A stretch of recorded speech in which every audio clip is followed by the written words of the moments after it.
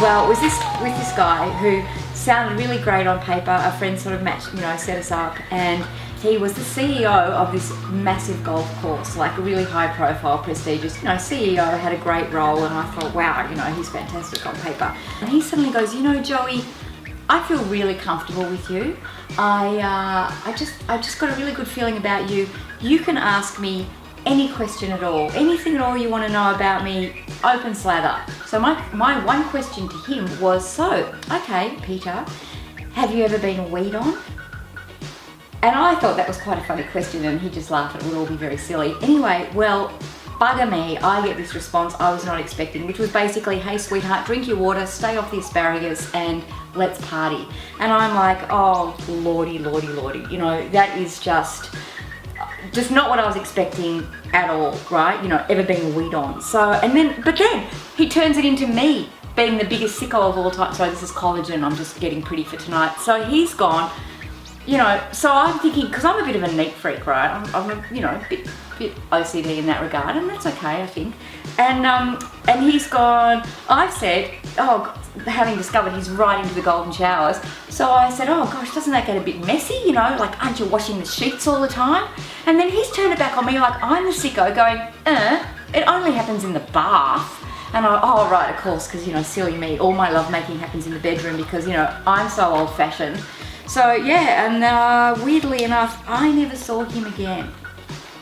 And apart from the not wanting to wee on him, I thought, I'm the perfect girl. Like, really, what is not to love? I left a cap behind in a gentleman's bedroom, cap from my tooth. That's the most embarrassing thing that anyone could ever do, and to have to ring them up when you get home and ask, have you found any teeth in your bed?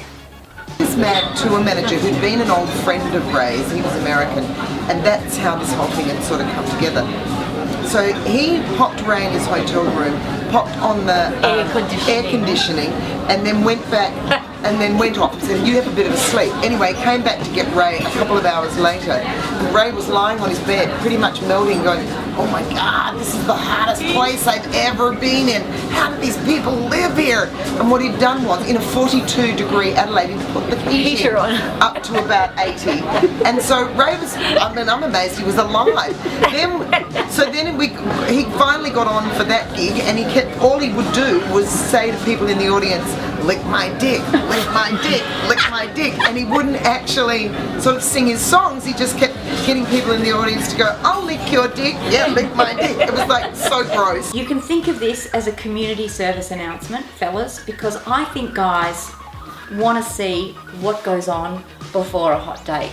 There is quite a lot of maintenance. I mean, I have had to pluck out hairs from places I did not know existed. The things I have removed just to get a root from here, from the back. There's a mole, there's a speaker wire growing out of it. I've got to remember to think about that. I've got to do my collagen infused mask. The hairs have been ripped off, the bunion's gone, the corn's gone, the dead skin here's gone. There is so much maintenance. You guys have no idea what we go through just for a bit of